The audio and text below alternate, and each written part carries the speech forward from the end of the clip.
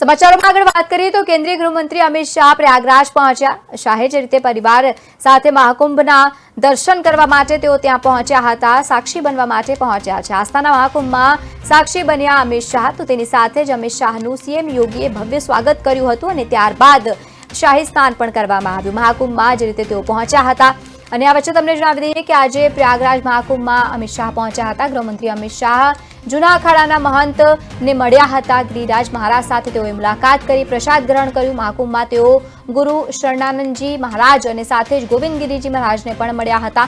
ગૃહમંત્રી અમિત શાહે શૃંગેરીના શંકરાચાર્ય ભારતી તીર્થ મહારાજ સાથે પણ મુલાકાત કરી, તો સાથે જ પુરીના શંકરાચાર્ય સાથે પણ તેઓ મળ્યા અને મુલાકાતનો એક કાર્યક્રમ ગોઠવવામાં આવ્યો હતો।